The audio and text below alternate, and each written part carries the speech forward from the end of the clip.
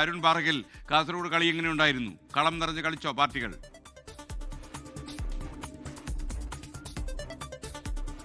Good evening.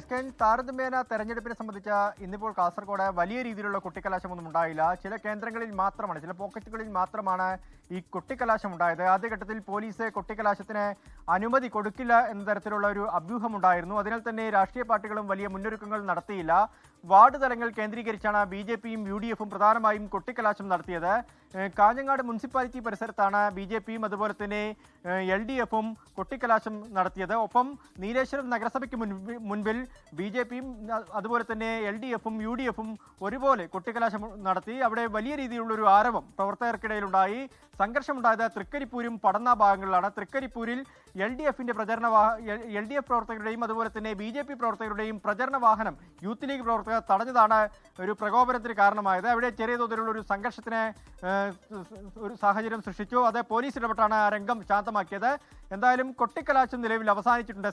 ഈ കാസർഗോഡ് ജില്ലയെ സംബന്ധിച്ച 38 പഞ്ചായത്തുകളാണ്. 38 പഞ്ചായത്തുകളിൽ 19 പഞ്ചായത്തുകളാണ് നിലവിൽ LDF ഭരിക്കുന്നത്. പക്ഷേ ഇത്തവണ ഇടത് കോട്ടകളിൽ വിള്ളൽ വീഴ്ത്താമെന്നൊരു പ്രതീക്ഷയിലാണ് BJPയും അതുപോലെ തന്നെ UDFും ഉള്ളത്. ഒരു 20 പഞ്ചായത്തിലെങ്കിലും ഭരണം പിടിക്കാമെന്ന് UDFും 9 പഞ്ചായത്തുകളിൽ ഭരണം പിടിക്കുമെന്ന് BJPയും കണക്ക് കൂട്ടുന്നുണ്ട്.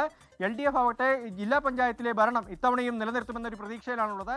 എന്തായാലും ആവേശകരമായ പോരാട്ടമാണ്. അരുൺ പാറയ്ക്കലാണ് വിവരങ്ങൾ നൽകിയത്. ലോകത്തെവിടെയായാലും ഏത് സമയത്തും 24 വാർത്തകളും ഓഗ്മെന്റഡ് റിയാലിറ്റി പാക്കേജുകളും എക്സ്പ്ലെയിനറുകളും വിശദമായി കാണാൻ ഞങ്ങളുടെ YouTube ചാനൽ നിങ്ങൾക്ക് സബ്സ്ക്രൈബ് ചെയ്യാം.